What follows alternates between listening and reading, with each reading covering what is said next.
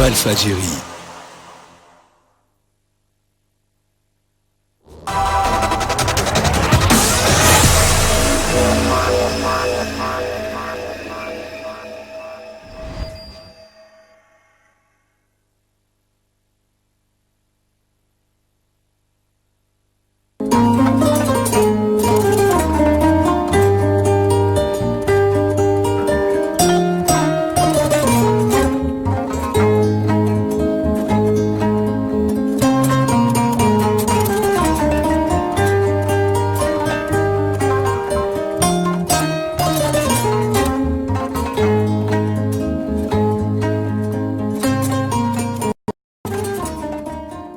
Ravi, chers téléspectateurs, de vous recevoir dans cette émission Cercle des Arts.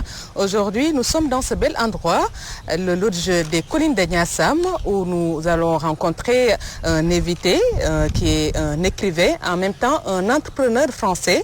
Il s'agit de Jean-Pierre Gabory. Bonjour, monsieur Gabory. Bonjour, madame. Vous êtes auteur du livre Philosophie de la vie. Voilà, donc avant de décrypter en profondeur cet ouvrage, donc nous allons essayer de voir un portrait qu'on a fait sur vous.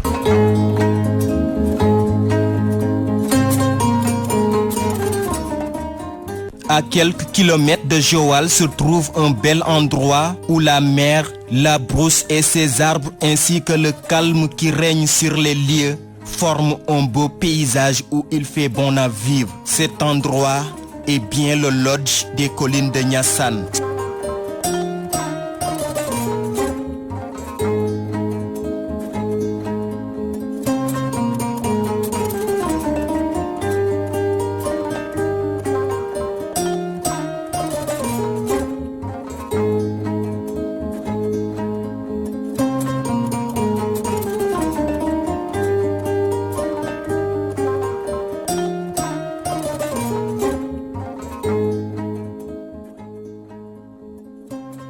Ce lodge est construit par le français Jean-Pierre Gabory, un homme dynamique et ambitieux, mais dont le parcours n'a pas été un long fleuve tranquille. Jean-Pierre Gabory, je suis français. Je vis dans l'ouest de la France, en Vendée, dans la province. J'ai 70 ans. Alors mon parcours, quand j'étais jeune, je dois l'avouer humblement, je n'étais pas un très bon élève, un élève passable. Je ne comprenais pas toujours ce que voulaient m'enseigner les professeurs. J'étais un peu à côté de la plaque. Je pensais à autre chose, je voyais la vérité, la connaissance différente de l'enseignement. Et puis l'école de la vie.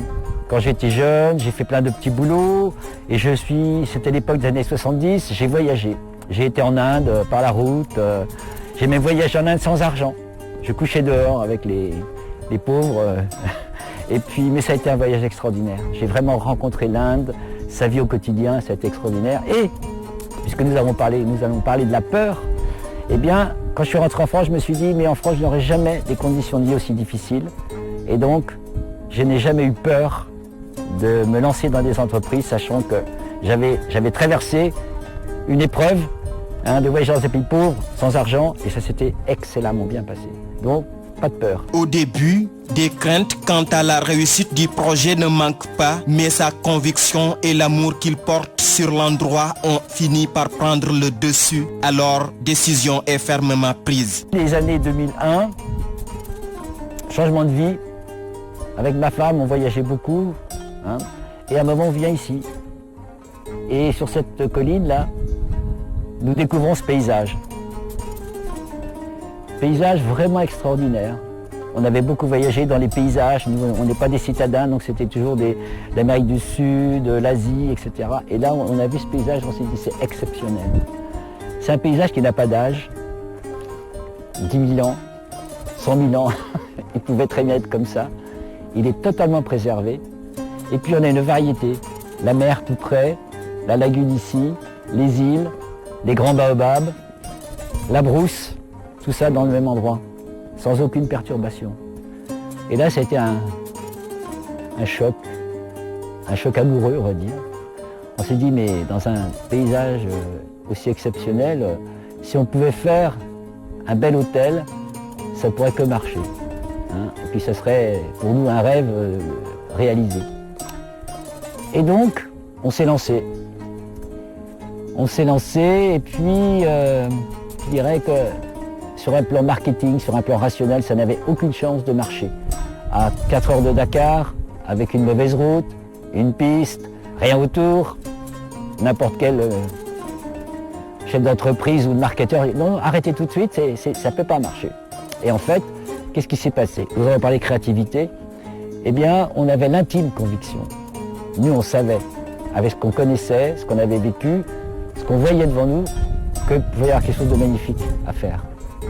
L'intime conviction, envers et contre toute rationalité.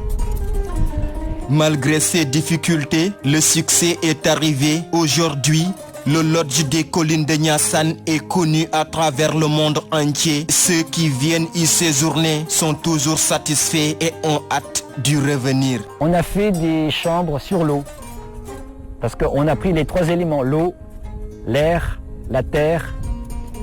Le feu, c'est le soleil du Sénégal.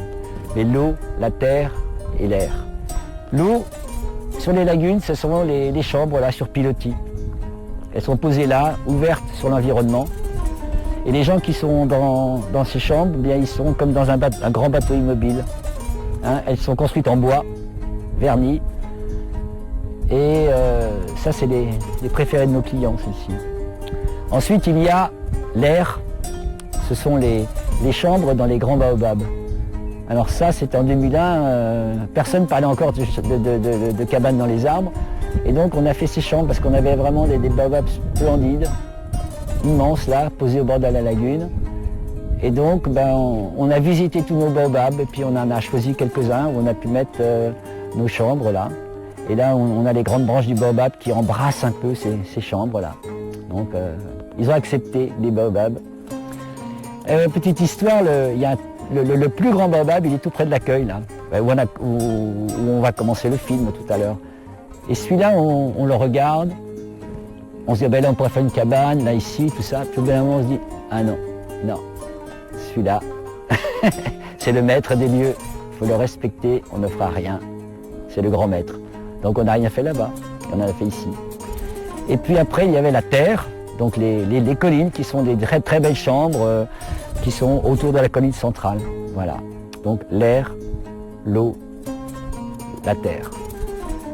Et puis le succès est venu assez rapidement. Et on a le plaisir d'avoir vraiment une renommée internationale. On a eu beaucoup d'émissions de télévision, on a eu tous les magazines.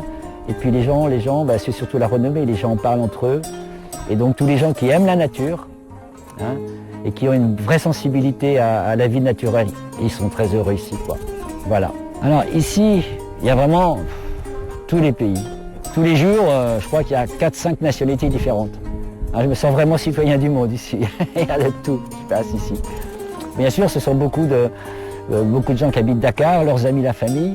Et puis, on a le grand plaisir d'avoir beaucoup de Sénégalais qui viennent maintenant. Beaucoup de Sénégalais qui s'intéressent, qui ont le plaisir de découvrir leur beau pays, quoi, aussi. Ça leur fait plaisir. Ça nous fait grand plaisir à nous aussi. C'est pas une réserve de Toubab, c'est ouvert à tout le monde. Quand j'ai créé ce lodge, étant chef d'entreprise, je me dis si je ne suis pas obligé de remettre de l'argent tous les ans, je serai très content. C'était mon objectif. Et en fait, non, ça va, il arrive à bien fonctionner. Le style particulier des constructions est le résultat du métissage du savoir-faire occidental et des techniques locales. C'est surtout ma femme qui avait vraiment un talent extraordinaire, architecture, design, etc. Et puis, on a métissé, on va dire, les savoir-faire de nous, les Toubabs occidentaux, avec les techniques locales. Et là, je vous donne un exemple. Vous voyez, au fond, là-bas, on a fait reconstruire des greniers à mil. Parce que, eh bien, les pilotis ont été construits sur la même technique que les greniers à mil traditionnels. Vous voyez? Parce que c'est un terrain sableux, même boueux, etc. Comment on peut poser une maison dans un terrain comme ça? Eh bien, vos ancêtres, avec les greniers à mil, ils avaient trouvé la bonne solution. Donc, on a repris cette technique. Les toits en paille, c'est extraordinaire. C'est ce qu'il y a de mieux pour protéger du chaud, de la chaleur. C'est très, très bien, les toits en paille. Et ça, c'est africain. C'est sénégalais. On a fait au restaurant des colonnes en terre de termitière, dans l'esprit des Diola. Hein, en Casamance, ils ont des belles constructions avec des sculptures, avec de la terre, quoi. Et on a pris ces idées aussi. Voilà. Le succès enregistré au Sénégal lui a poussé à initier le même projet en France, son pays d'origine. Les gens qui travaillent ici l'appellent le petit frère de France. Parce qu'en fait, c'est à partir du succès d'ici qu'on s'est dit, mais on va essayer dans notre pays de faire aussi, dans le même esprit, un écologe en France. Et donc on l'a fait en Vendée, bien sûr, c'est pas le même paysage qu'ici, mais c'est une très jolie petite vallée avec un ruisseau dans le bas. Il y a des grands rochers, des très beaux arbres, des chênes, des frênes, etc. Et il y a aussi une belle énergie. Et puis on a fait un concours d'architecture avec comme thème « Inspirez-vous de l'habitat animal » auprès de toutes les écoles d'architecture francophones. Et là, on a un grand succès, on a eu 50 très beaux dossiers. Et parmi tous ces dossiers, on a choisi la chrysalide. Donc c'est une chambre qui a une forme de cocon comme ça. Et on a choisi le terrier façon barbe à papa avec des boules comme ça, des rondeurs, construit entièrement en terre. Et puis on avait aussi des chambres-nids, etc. Donc on s'est inspiré de toutes ces beaux croquis, ces belles idées. Et on l'a créé, on l'a construit en 2013. Voilà. Et ben son succès grandit. Et puis maintenant, le grand enjeu, le grand défi, puisque le titre c'est Philosophie de la vie pour agir aujourd'hui, eh bien ces lieux sont des écologes en relation directe avec la vie naturelle. Et donc on s'oriente vers des stages, des formations, des rencontres, etc.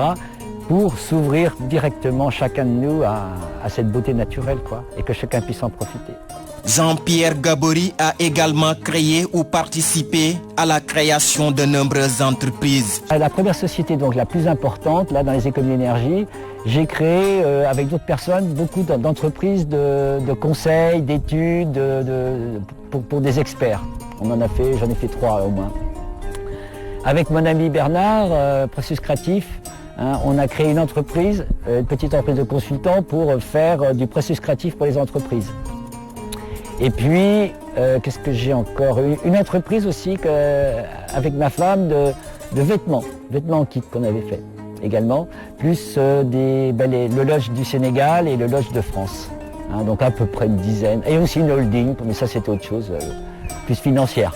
Bien qu'étant français, Monsieur Gabory aime bien les plats locaux. Alors c'est le yass à poulet bien sûr et le mafé. J'adore les deux, ces deux-là c'est bon. Après, quelquefois j'ai des difficultés, j'aime pas trop épicé. Et là j'ai du mal avec le tibouyen bien sûr, j'aime pas trop épicé. Voilà, mais le mafé et le poulet yassa, parfait. Jean-Pierre Gabory, aujourd'hui âgé de 70 ans, est l'auteur du livre intitulé Philosophie de la vie pour agir aujourd'hui. Il est l'invité de Fat Diouf Faye ce samedi dans son émission Cercle des Arts.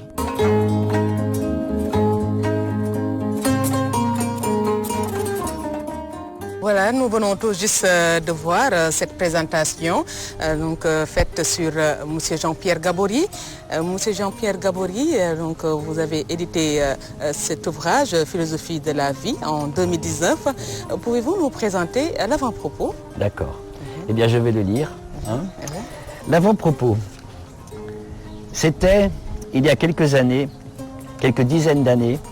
J'avais environ 25 ans. La nuit était étincelante sous la pleine lune.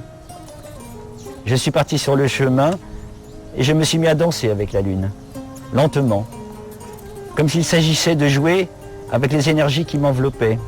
J'étais heureux, d'un bonheur sans cause, une imprégnation de joie paisible. J'étais porté, emporté, je nageais, je volais, les yeux ouverts et puis fermés. Cela dura. Dans l'enthousiasme de la jeunesse, je ressentais la vie dans sa simplicité et dans son abondance. Et puis ma danse s'arrêta. Je fixais la lune, j'écartais les bras pour tout embrasser. Un serment sortit de mon cœur comblé. Comme une déclaration d'amour, je dis à haute voix, je veux consacrer ma vie à te servir, à te défendre, la vie. Philosophie de la vie. Qu'est-ce que vous voulez dire par là? Qu'est-ce que c'est que la philosophie de la vie? Alors c'est philosophie de la vie parce que j'ai fait une constatation, c'est que dans nos sociétés aujourd'hui, la vie naturelle n'a aucune valeur.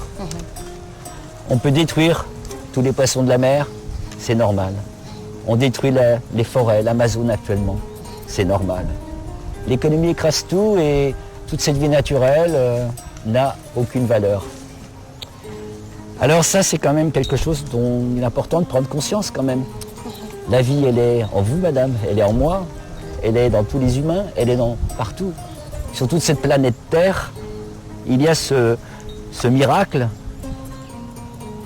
qui est unique apparemment. On ne connaît aucune autre planète où il se passe ce phénomène de diversité d'arbres, d'animaux, d'humains, etc. Ça n'existe nulle part. Donc on a ce joyau, nous, les humains, et on est dedans. Alors, ça serait un changement de paradigme à faire. Un changement de paradigme, c'est un changement de valeur. Parce que, est-ce qu'on ne pourrait pas se dire que la vie, qui nous a créés quelque part, si on est là, c'est bien parce que la vie est là, eh bien, elle aurait plus de valeur que l'homme. Ça, c'est un grand défi. Parce qu'avec ce rejet de toute la vie naturelle, nous les hommes, on s'est mis à penser entre nous. On parle entre hommes. Et puis, il n'y a que les humains qui parlent dans notre cercle. Et puis, la vie, elle est à l'extérieur, elle. Et la vie, elle est dehors. Et donc, elle ne faisait pas partie du discours, ou très peu. Et c'est comme ça qu'on l'oublie. Et qu'on la considère même comme sale, dangereuse, sauvage, agressive. Alors que si on attaque cette vie, si on la détruit cette vie, on se détruit nous-mêmes, c'est évident. Et l'homme, on est complètement partie prenante de tout ce mouvement de la vie, je crois. Partie prenante, et non pas les seuls maîtres absolus qui ont tous les droits et surtout le droit de destruction sur la vie. On est simple partie prenante de ce grand mouvement. Qu'est-ce que vous a poussé d'ailleurs à écrire une telle œuvre? Ben voilà, mon avant-propos montre que dans ma jeunesse, j'ai toujours vécu dans la nature. Et je suis vraiment profondément imprégné, je la comprends cette nature, elle me parle. Et il y a ce serment là, qui est sorti de mon cœur, spontanément. Et puis après, vous savez, des serments de jeunesse comme ça, qui vous sortent profondément. Je crois que c'est toute la vie. Donc c'est une inspiration tirée de votre vécu, de vos voyages, oui, voilà, de tout ce que vous avez vu à donc entreprendre. Oui, c'est une bonne question parce que c'est vrai que, vous voyez, cette prise de conscience, ce serment que je fais, jeune, eh bien, il me guide toute ma vie. Hein, j'ai beaucoup voyagé, mais je ne suis pas un citadin, donc c'est tout des paysages, etc. Et donc, cette dynamique que j'ai découverte, dans laquelle je suis en permanence, c'est elle qui a guidé toutes mes créations d'entreprise. Beaucoup de gens ne connaissent pas la vraie valeur de la vie. À votre avis, comment valoriser cette vie? Oui. Alors ça, c'est une longue histoire. J'en parle beaucoup dans le livre et ça rejoint la partie du titre qui est pour agir aujourd'hui. La grande question, c'est bien beau d'avoir des belles idées comme je vous les présente, mais qu'est-ce qu'on fait aujourd'hui, maintenant? Qu'est-ce qu'on peut faire? Alors, je pense que là, on peut se différencier du XXe siècle. Le XXe siècle, il y a eu des évolutions qui ont été faites, des grandes évolutions. Mais il y a aussi des révolutions qui ont été faites par les révolutionnaires.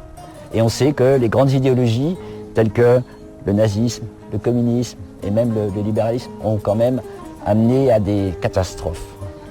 Et donc, au XXIe siècle, les gens qui vont faire le changement, qui vont faire la mutation, ça ne sera pas des révolutionnaires qui sont guidés par une idéologie, ce sera des évolutionnaires. Les évolutionnaires, c'est des gens qui changent eux-mêmes, qui prennent conscience de nouveaux enjeux. Et ça, c'est vrai, chez les jeunes, par exemple, que je côtoie beaucoup en France, mais il y a une prise de conscience très forte, que leur challenge à eux, leur défi à eux, de la jeunesse, c'est ça. Est-ce qu'on va continuer à détruire la vie et à nous détruire nous-mêmes? Et qu'est-ce qu'on peut faire? Alors, c'est nous qui devons changer d'abord. Et c'est ça que je développe. Qu'est-ce qu'on peut faire? Quelle porte on peut ouvrir? Voilà. Voilà, des questions pertinentes. Donc, vous avez eu à côtoyer beaucoup de personnes qui vous ont inspiré, beaucoup de faits également qui vous ont inspiré. Voilà, en écrivant cette œuvre, donc, vous avez abordé beaucoup de thématiques. Hein, et voilà, on peut citer quelques-unes. Vous avez même relaté certaines anecdotes que vous avez eues à avoir avec certains. Ouais. Concernant la pesanteur culturelle ici au Sénégal, vous avez parlé de ça, en Afrique en particulier. Voilà, comment pouvez-vous dire que ça étouffe en quelque sorte cette pesanteur culturelle?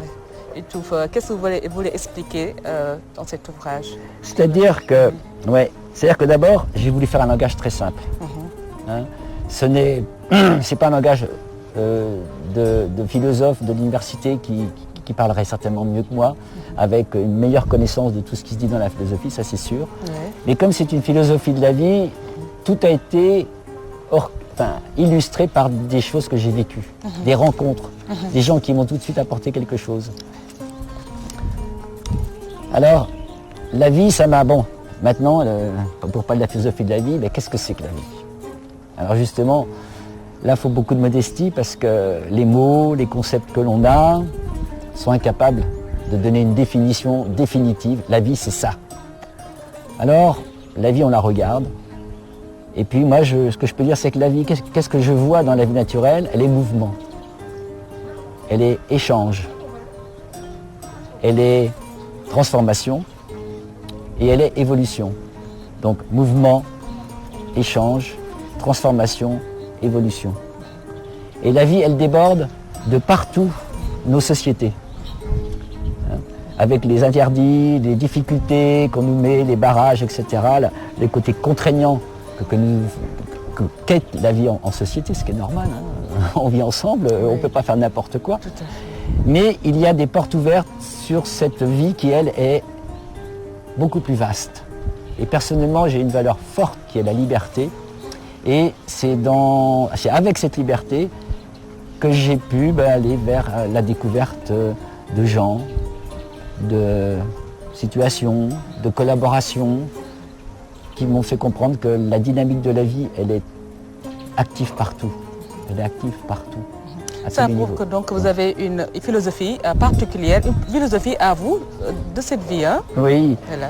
Mais oui, et puis c'est surtout basé sur le fait qu'il est important de redonner de la valeur à cette vie, hein, plus qu'à l'homme, ou équilibrer au moins l'homme et la vie naturelle.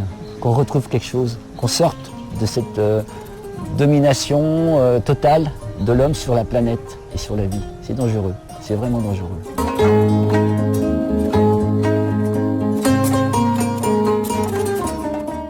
Et nous allons poursuivre cette émission Philosophie de la vie pour agir aujourd'hui. Monsieur Jean-Pierre Gabory, alors pourquoi pour agir aujourd'hui? Parce qu'on en a un petit peu parlé jusqu'ici, ce manque de valeur que l'on accorde à la vie est très destructrice. On va vers un suicide économico-financier. Et face à ça, je pense que chacun de nous, on peut agir tout de suite déjà. Alors j'ai proposé des ouvertures, des choses qui sont issues de mon expérience que j'ai pratiquées moi-même, qui sont essentielles, qui changent tout de notre manière de vivre et de notre évolution dans notre vie personnelle, mais aussi dans la vie collective. Alors, par exemple, une chose que je dis, nous sommes les créateurs du monde dans lequel nous vivons. Alors là, pour parler de ça, j'ai pris l'exemple de la vue, tout simplement. Et toutes les étapes qui se passent pour qu'on puisse voir le monde et appréhender le monde. Alors, dans un premier temps, on a une lumière qui nous vient de très très très très loin, du soleil, qui vient frapper la terre et qui éclaire, qui met des taches partout sur tout ce qu'il y a autour de nous. Cette lumière-là vient au fond de notre œil. Et ce n'est que des taches de lumière dans un premier temps, qui s'en vont vers le cerveau. Et d'après les scientifiques, il y a plus de messages qui viennent du cerveau vers l'œil que de l'œil vers le cerveau. C'est-à-dire que là, je pense que c'est focaliser, et comme font les caméras d'ailleurs, fais de la netteté, focalise-toi bien, profondeur de champ, etc. pour qu'on voit des choses que, tiens, je vois des fleurs ici, je vois un arbre, enfin je vois des choses qui se distinguent. Et ça c'est une première chose. Après, une fois qu'on a bien précisé les choses qui viennent dans notre œil, ça va à notre cerveau pour dire, lui, il a toute une somme de messages, enfin de schémas. C'est un arbre, c'est le soleil, c'est madame, etc. Donc c'est des petits schémas seulement, pour reconnaître rapidement.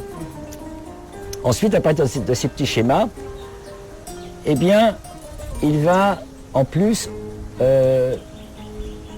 faire appel à toute sa mémoire.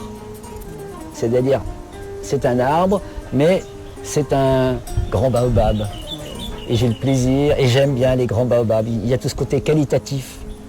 On est dans un environnement, on commence à avoir un environnement et on commence à lui donner des qualités.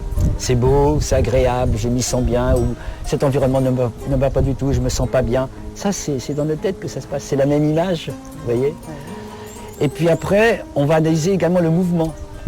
C'est-à-dire qu'on prend tous ces éléments et on en fait tout un environnement. Et tous ces éléments, ils bougent. Et là, on fait l'analyse en temps réel de tous les mouvements et on se positionne soi-même pour traverser une rue à Dakar. On regarde tout le trafic, on se positionne, je vais traverser. Un travail extraordinaire qu'on fait en temps réel tous. Et puis voilà. Donc il y a toutes ces choses-là, c'est-à-dire, et on se situe dans ce monde-là. Et là, on le crée, ce monde. De A à Z, à partir de taches de lumière qui nous viennent du soleil. Donc c'est l'homme qui crée sa propre vie. Absolument. Vous voyez, on a toute cette extraordinaire capacité à interpréter ces taches de couleur comme notre environnement, à se positionner dedans et à agir et à être dans cet univers, à la fois dans notre mobilité, dans notre relation aux autres, mais aussi avec la qualité que nous, on apporte à chaque chose que l'on voit. Vous comprenez ? Voilà, donc on est les créateurs, vraiment, en permanence. Quelle action possible et réaction à ce monde économico-financier? Oui. Et vous êtes posé cette question également à la page 41 de cette œuvre aussi. Oui, ben, c'est ça, c'est-à-dire qu'en fait, nous, on peut changer. On est les créateurs du monde dans lequel on vit. Donc c'est à nous de créer le monde que l'on veut pour nous-mêmes déjà. Est-ce que je vais vivre dans un monde de guerre, d'opposition, de délation, de jalousie? Je décide de ça. Chacun décide de ça. Ou est-ce que je veux être, après tout, être heureux dans ma famille, avoir des amis, avoir la passion pour mon métier. Hein, les gens, là, les caméramans, les réalisateurs, j'ai discuté, ils sont passionnés par leur métier, c'est formidable. Et autrement, ils peuvent très bien dire, mais c'est quoi ce travail, je me fatigue pour rien, pour gagner ma vie. On a le choix. On a un grand choix. Hein, et ça, c'est important. Hein, et donc l'évolution, elle passe par s'approprier soi-même sa propre capacité de création du monde dans lequel nous vivons. On l'a. Et même, ce qui est intéressant, c'est de constater que même les animaux, ils ont cette même faculté d'analyser l'environnement, de réagir en fonction de cet environnement et de bouger dans cet environnement. Les animaux, ils ont la même chose que ça. Quand je vois les oiseaux, comment ils pêchent et tout, je dis, il y en a là-dedans. Ils savent interpréter leur monde et avec leurs besoins, leurs nécessités. Donc, nous sommes les créateurs du monde dans lequel nous vivons. Et donc, qu'est-ce que vous voulez dire par là? Autrement, il y a aussi ce qui est important, à partir de cette création du monde, plus simplement, bien, il y a les scénarios de vie. C'est-à-dire, on se raconte une histoire. À chaque instant, chaque rencontre, on se raconte une histoire. Je rencontre quelqu'un, je commence à discuter avec lui, je peux très bien dire cette personne est sympa, je discute, il m'apporte des choses, on se comprend bien, je l'aime bien, etc. Bon. Et puis les scénarios de vie, par exemple, si on prend nos plus proches, le couple, on n'est pas forcément d'accord, on se dispute, on peut très bien prendre que le côté négatif en se disant de toute façon, ça c'est pas bien, je vais pas faire comme ça, que tu fasses comme ça. On peut faire ça tout le temps dans un vie de couple et on s'empoisonne la vie. On se dit, ben non, on s'aime et donc ça je pardonne, je laisse passer, c'est des petites choses, on va faire des choses bien ensemble et avec nos enfants on va créer une famille. C'est pas le même scénario. Et là je vais prendre un exemple violent parce que c'est certainement la chose la plus terrible que j'ai vécue dans ma vie. C'est quoi? C'était le 2 janvier 1992. J'étais en vacances en famille. Hein, j'avais donc mes enfants, j'avais 4 enfants, ma femme, et nous étions dans le sud marocain. Et puis à midi, ma femme qui était partie au marché revient, puis on allait au restaurant, on appelle Pierre, mon petit garçon de 5 ans, on l'appelle partout, et tout d'un coup, je m'aperçois qu'il s'est noyé dans la piscine. Choc terrible, évidemment. Oui, un choc, hein. Et là, je le sors de la piscine, et puis je m'occupais de lui, tout ça, puis j'ai ma fille cadette, c'est là que c'est important, ma fille cadette qui vient en pleurant, en criant, c'est de ma faute, papa, j'aurais dû le garder. Puis là, instinctivement, je l'ai cramponné comme ça, je dis, écoute Sophie, c'est pas ta faute, c'est un accident, t'as compris? C'est pas de ta faute. Instinctivement. Mais ça, c'est un scénario de vie profond. Imaginez que j'ai dit, pourquoi tu l'as pas gardé? Tu es responsable de la mort de ton frère. Mais c'était horrible. Et je pouvais le dire. Ouais, pouvez-vous le dire. Et ma femme pouvait dire, mais Jean-Pierre, mais pourquoi tu n'as pas surveillé? On avait cette épreuve terrible et en plus la culpabilité.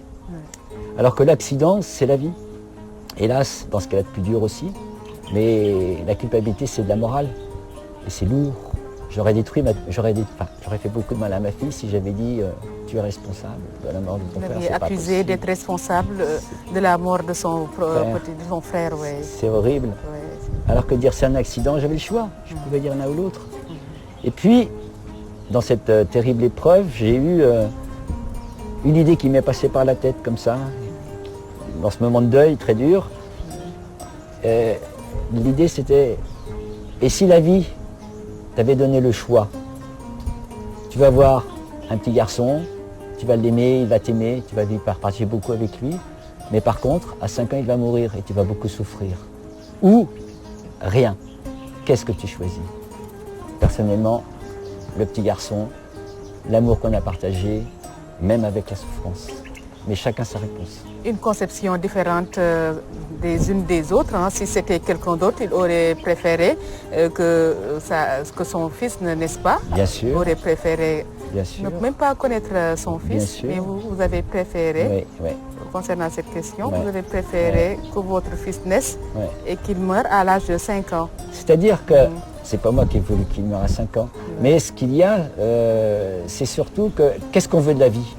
Est-ce qu'on la prend à bras le corps avec toutes ces épreuves? Il y en a aussi. Ou rien. Ou est-ce qu'on se réfugie dans quelque chose de confortable et puis on se protège de tout pour ne rien vivre en fin de compte?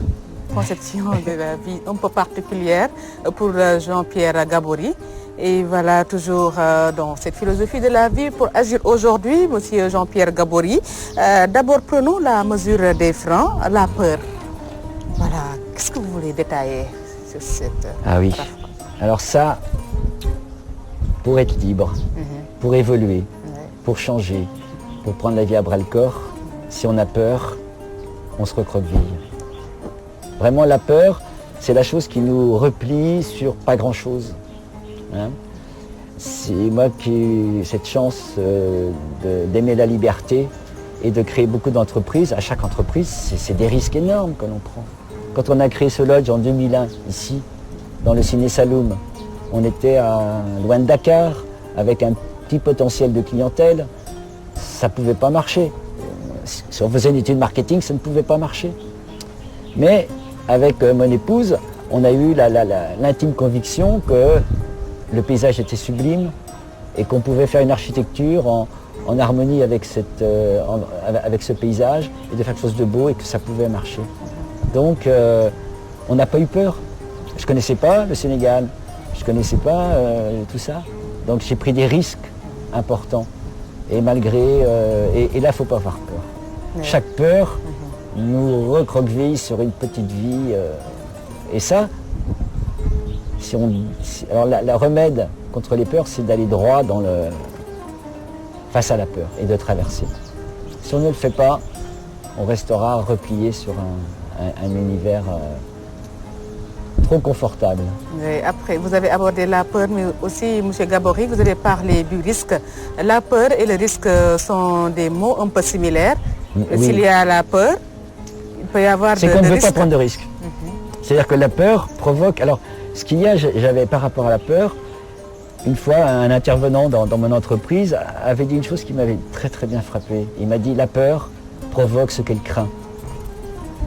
Et si on regarde bien, par exemple, les gens qui ont peur de la nature, hein, ou tiens, tout simplement plutôt les gens qui ont peur du vide, hein, eh bien, s'ils sont obligés de monter quelque part, ils vont se mettre à trembler, ils vont avoir tout leur système physique de réflexion, de vigilance va être perturbé. Et il y a des chances qu'ils fassent le mauvais pas pour avoir l'accident. La peur met en place, elle fonctionne comme un désir, mais c'est un désir négatif. Elle met en place tout ce qu'il faut pour provoquer la chose. Vous voyez, donc, la peur provoque ce qu'elle craint. Ça, c'est important. Donc, petit à petit, il faut se débarrasser des peurs. En fait, quand on traverse une peur, on s'aperçoit derrière, il n'y avait rien, en fait. Il n'y avait rien du tout. Pas grand-chose, c'est la peur, elle est en nous. C'est l'homme qui a peur, sinon il n'y a rien. Il n'y a rien. C'est vrai. Ici, dans le lodge, on est en pleine brousse. Donc, je sais qu'il y a des cobras noirs. Il y a des hyènes ici. Bon, ça fait 19 ans qu'on vit ici. On les connaît, les hyènes. Elles ne viendront jamais nous attaquer. Vous avez osé, M. Gabory, construire ce lodge dans un milieu vide, hein, comme vous venez de le dire, mais aujourd'hui, vous ne regrettez pas de l'avoir construit. Ah non. Côté affaires, finances, ça se passe bien, je pense. Alors, ça c'est bien, oui, parce que j'ai appris que la réussite, elle est toujours proportionnelle au risque que l'on a pris. Vraiment proportionnelle au risque que l'on prend. Si on ne prend jamais de risque, on n'aura rien. Qui ne risque rien. Rien n'a rien. Voilà. Vous voyez, et vraiment la réussite, c'est prendre des risques. Mais des risques disons, les autres disent que c'est un risque. Mais soi-même, c'est quelque chose qu'on se dit, ça je peux le faire. Ça je vais le faire. Je sais que je peux le faire et que je vais le réaliser. Alors que tous les autres vous disent, mais non, il y a tel danger, tel risque, ne fais pas ça, les bons conseils. Tu risques... Voilà, tous les bons conseils, non, fais pas. Mais toi tu sais. Et là, il faut y aller. Il faut aller à bout pour voir. Et on prend les risques et on réussit. Voilà. Mais les risques qu'on est capable de prendre. Hein. Voilà.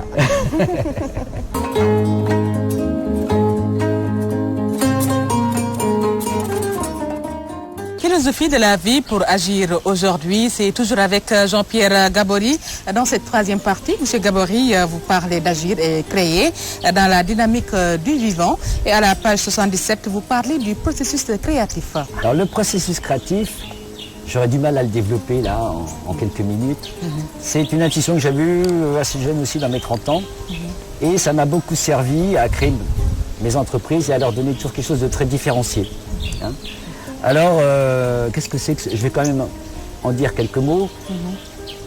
Processus créatif, c'est-à-dire dans un premier temps, la première phase, on passe dans 5 phases qui sont des forces de la dynamique du vivant, que chacun peut observer, qui sont en nous, qui sont dans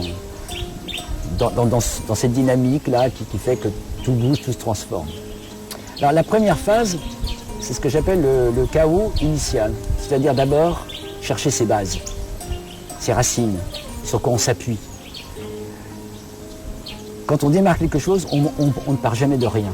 Et c'est important de faire l'inventaire de qu'est-ce qu'on a, sur quoi s'appuyer, les compétences. En particulier, il y a ce que j'appelle trouver son domaine d'excellence naturelle.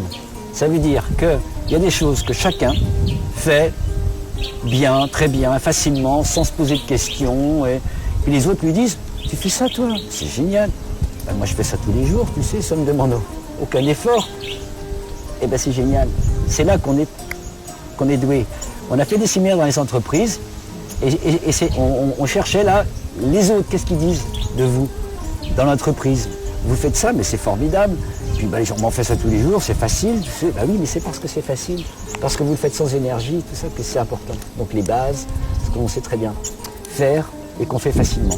Après, l'ouverture des possibles. Alors on ouvre au maximum, multiples idées, on pourrait faire ça, mais aussi et encore, ça me fait penser à, on pourrait rebondir. Bon, ça c'est ouverture de plein de possibilités. La troisième phase, c'est la phase de l'énergie vivante. Ça veut dire que là c'est le domaine de l'émotion, du sensible, de l'esthétique. Hein, c'est-à-dire qu'il y a des choses comme ça qui, dans l'ouverture des possibles, tout d'un coup qui nous marquent. Ah oui, ça c'est pas mal ça. Ah si je faisais ça, là j'aurais plaisir à le faire, j'aurais une grosse motivation.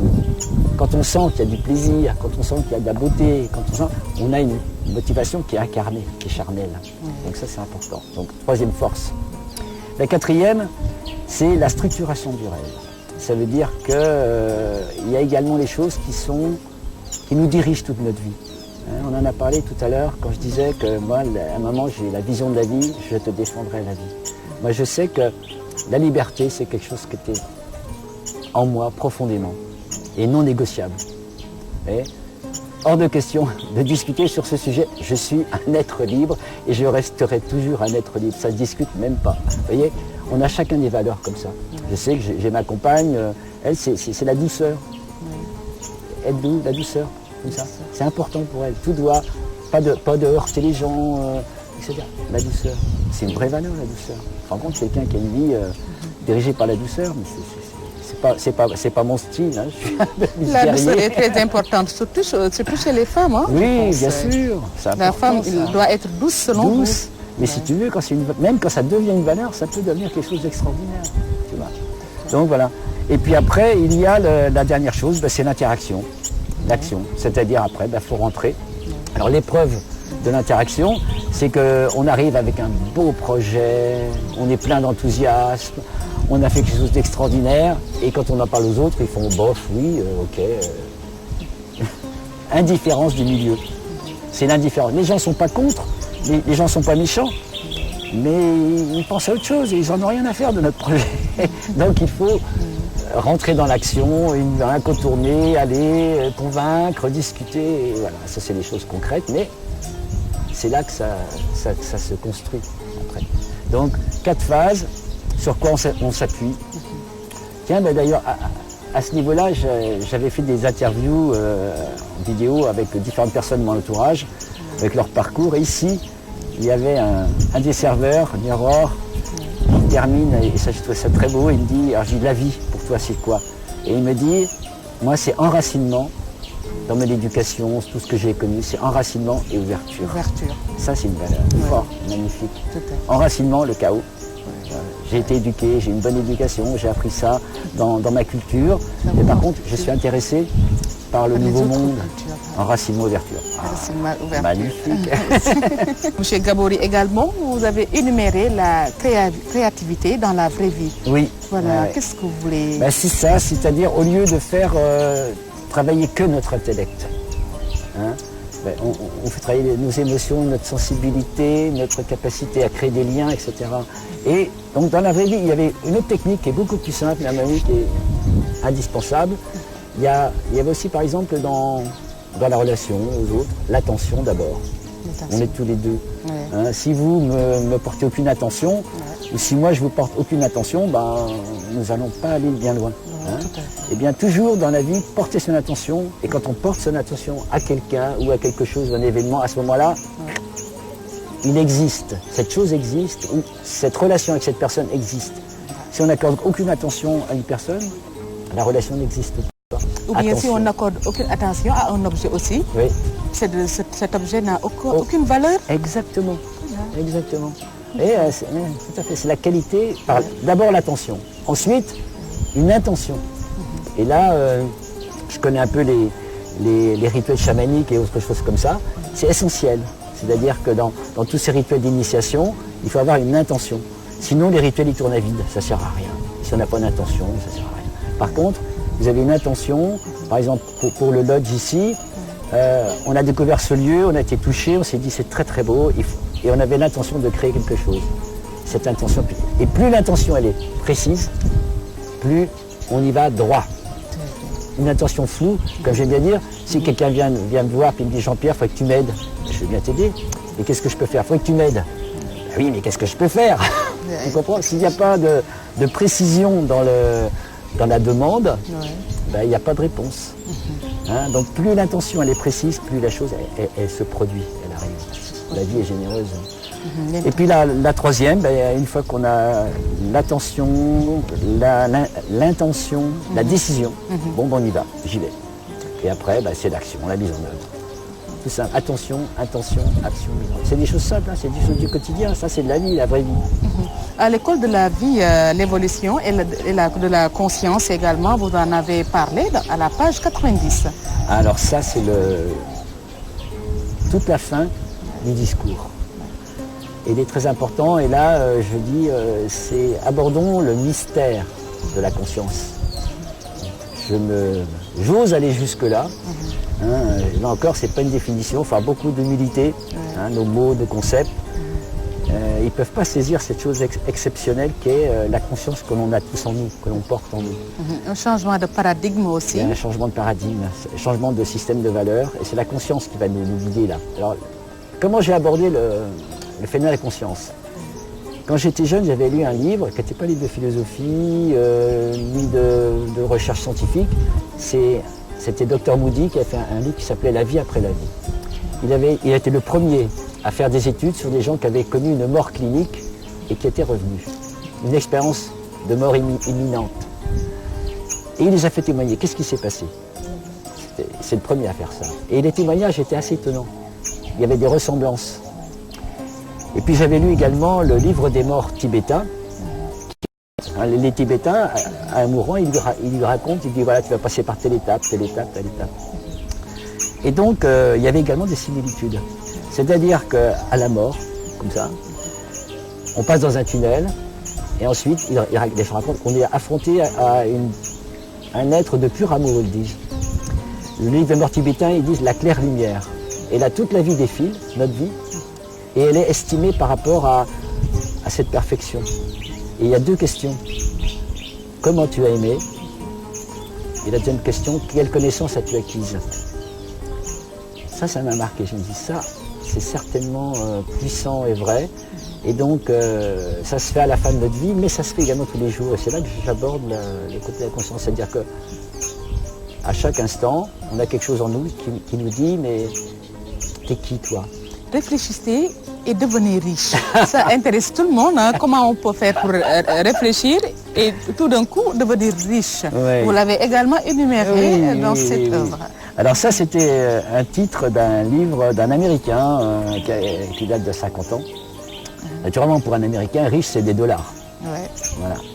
Mais là, je l'ai pris dans le même sens, dans le sens plutôt de la richesse de la vie.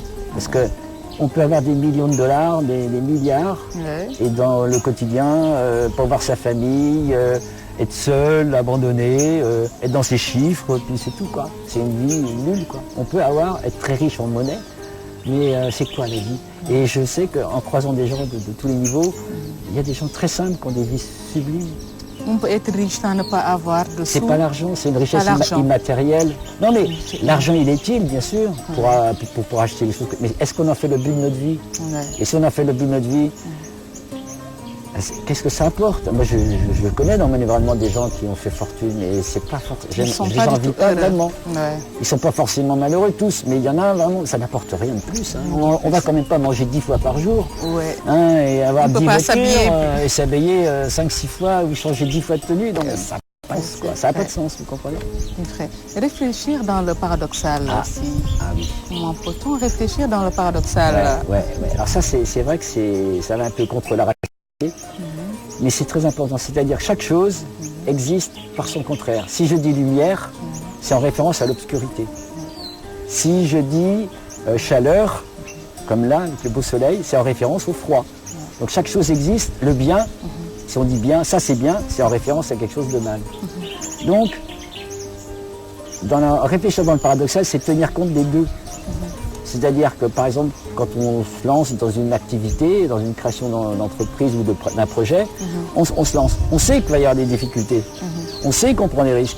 On sait qu'on peut se casser la figure. Mais on sait aussi que, si on fait comme ça, j'ai peut-être des chances de réussir. Mais c'est jamais tout blanc, tout noir. Le paradoxe, c'est qu'on tient les deux choses, les deux contraires ensemble. Hein, ça, c'est important. C'est pourquoi vous avez dit que la pensée paradoxale est l'outil de la régulation. Oui.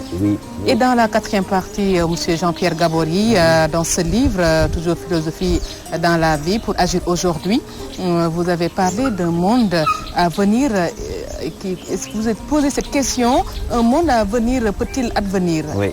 Point d'interrogation. Et quels sont les métiers pour demain? Oui. Des interrogations que vous avez soulevées. Voilà. Bon, là, on a fait un jeu de créativité qui consiste à prendre le futur antérieur, le futur passé. C'est de la grammaire. Hein. J'aurais été. Hein. Par exemple, on peut très bien dire, à la fin de ma vie, à l'heure de ma mort, j'aurais été tel homme. j'aurais été digne, c'est ma dignité, etc. J'aurais été. Donc on se voit achevé alors que mon ami Bernard qui a écrit la partie processus créatif, il dit c'est l'enfant qui sait à peine marcher, mais qui va y aller parce qu'il sait qu'il va marcher. Ouais. Donc il y va, il se cogne, tout ça, mais j'aurais été un homme moi aussi. Dans 1 mois, 2 mois, j'aurais marché comme des hommes et voilà, j'aurais été.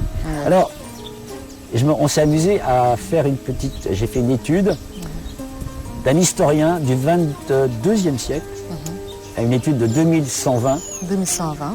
Hein, qui parle de l'époque 2018-2028. Wow, quel écart. Donc c'est une sorte de vision du futur positive. Alors je vais juste lire le début.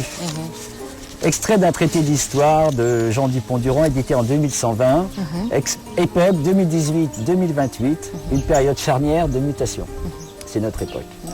La transition des évolutionnaires.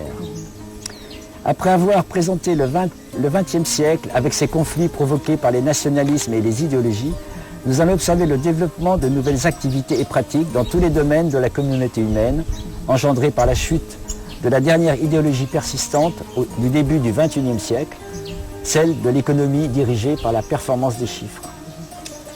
La performance des chiffres, c'est même pas l'argent, c'est toujours plus, toujours plus, toujours plus, toujours plus, toujours plus. L'effondrement des rigidités dogmatiques et leur construction technocratique a produit la libération d'une grande diversité d'initiatives personnelles puis collectives. Nous les nommerons les évolutionnaires, afin de marquer leur différence avec les révolutionnaires du XXe siècle. Les évolutionnaires, c'est tous les gens qui font évoluer leur conscience, qui changent leur paradigme, en disant non, ce système du toujours plus, toujours accumulé, c'est pas ma vie. Je vais pas passer ma vie à ça. Par contre, il y a des choses de la vie qui ont beaucoup plus d'importance, que je vais développer, et puis je vais changer de vie. Je vais faire une vie en relation avec les autres, avec plus d'amour, puisque on sait très bien que l'amour, c'est de la création de liens. Hein, l'amour dépasse les différences, l'amour pardonne, l'amour fait grandir. Et donc, comment chacun le sait, ça, on le sait. Il suffit de voir, c'est ce qu'on cherche dans la vie, être aimé, créer des liens, des amis, tout ça, c'est ça la vraie vie. On le sait tous, ça. Pour conclure cette conclusion de cette philosophie de la vie pour aujourd'hui, qu'est-ce qu'on peut retenir, M. Gabory? Écoutez, je termine par un petit texte très court qui s'appelle Le Château de Sable. Ça, c'était sur la plage, là. Alors, je vais vous le dire. Hier, en me promenant sur la plage, j'ai vu des enfants en train de construire un château de sable rudimentaire pour s'affronter aux vagues de la marée montante. J'ai joué gosse à ce défi, je l'ai continué avec mes enfants. Ce furent des occasions de rire, de cris, d'enthousiasme, de réactions d'urgence face aux attaques de la mer. Jusqu'à la fin inéluctable, les dernières vagues glissant le sol pour effacer la moindre trace.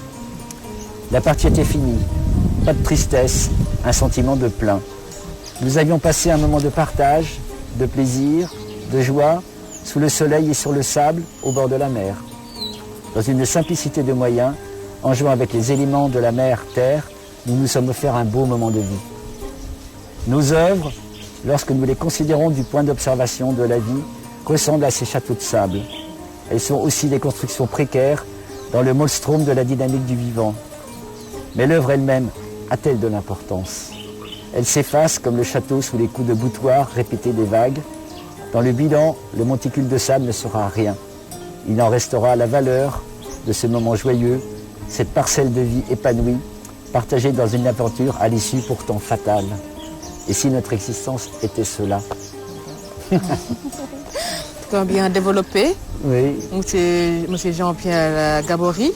Voilà, donc nous sommes à terme de cette émission.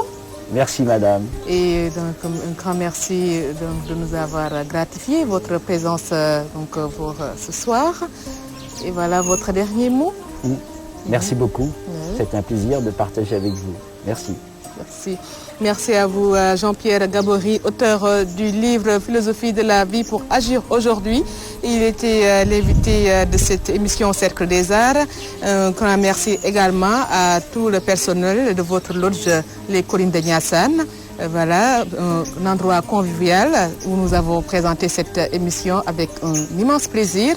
Merci à toute l'équipe qui m'a accompagné. Elhadj Saliou Bey, merci à Pape Gorgui, merci à Ouzin Sall, merci aussi à notre monteur Barak Mbaye. Merci à vous également, chers téléspectateurs. Autre rendez-vous sera, Inch'Allah, dans 15 jours. Excellente soirée.